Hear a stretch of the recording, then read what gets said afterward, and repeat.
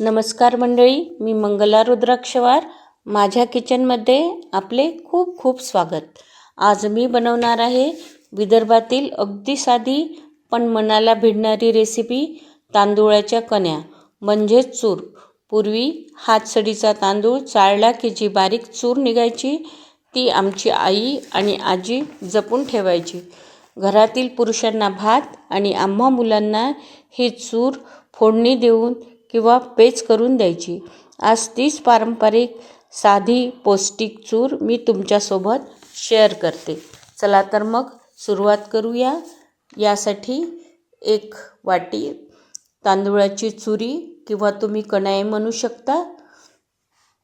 ह्या कण्या एका भांड्यात घ्यायच्या आणि यामध्ये 1 टेबलस्पून मुगाची डाळ, तुम्ही चण्याची डाळ पण घेऊ शकता, स्वच्छ 3 पाण्याने धुवून घ्या. ही चूर पाणी घालून भिजायला ठेवायची. यामध्येच 1 टेबलस्पून शेंगदाणे घालायचे. कढईमध्ये 1 पळी तेलात मोहरी, जिरे, कढीपत्ता,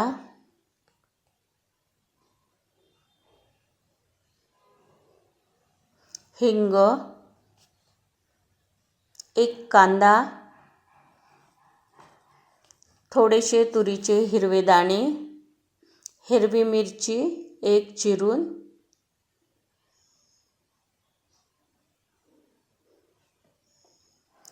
आणि वाटाणे, हिरवे वाटाणे ठेचा घालून परतून घ्या. भाज्या तुम्ही तुमच्या आवडीनुसार घाला. तुम्ही यामध्ये गाजर आणि शेंगा, फरसबी वगैरे घालू शकता. यामध्ये आता आपण अर्धा चमचा तिखट हे तुमच्या आवडीनुसार कमी जास्त घालू शकता. हळद, धने जिरे पूड,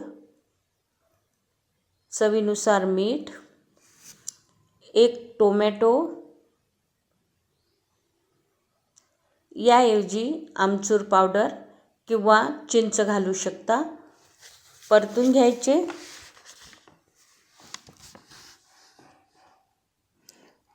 आणि झाकून ह्या भाज्या शिजवून घ्या. पूर्वीच्या काळी विदर्भात भात सणासुदीलाच व्हायचा. तांदूळ विदर्भामध्ये खूपच कमी मिळायचे, जास्त करून ज्वारीचं जेवण राहायचं. भाज्या थोड्या शिजल्या की यामध्ये ही चूर घालायची.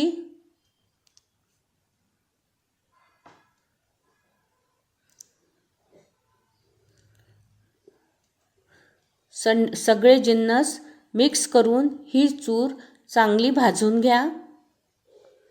माझं तर लग्न होईपर्यंत कधीतरीच भात खाणं व्हायचं. लग्नानंतर मुंबईला आले आणि रोज भात व्हायला लागला. पण त्या चुरीची चव आणि त्या आठवणी अजूनही मनात ताज्या आहेत. ही गोष्ट 60 वर्षापूर्वीची आहे बरे का. आता तर सगळ्याच गोष्टी मुबलक प्रमाणात मिळतात. ही 1 वाटी चूर आहे. या 1 वाटी चुरीसाठी 2 वाटी पाणी लागते. 1 वाटी पहिले घातले, थोडं शिजू देऊ. शिजले का हे बघू. नंतर आपण परत यामध्ये 1 वाटी पाणी घालू. परत 1 वाटी आपण यामध्ये पाणी घालून घेतले.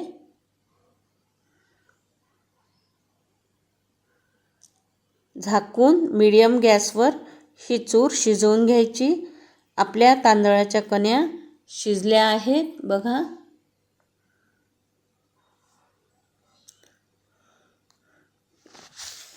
उपम्यासारखे आपण नाश्त्याला पण खाऊ शकतो. यावर वरून कोथिंबीर घाला. मंडळी, काही भागात चुरी, काही भागात कण्या आणि काही भागात या रेसिपीला उपजे असेही म्हणतात.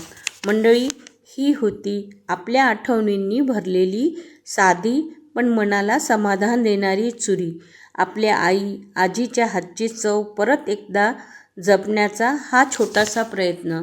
जुने दिवस, साधं अन्न आणि भरपूर प्रेम हाच आपल्या स्वयंपाकाचा खरा गोडवा आहे.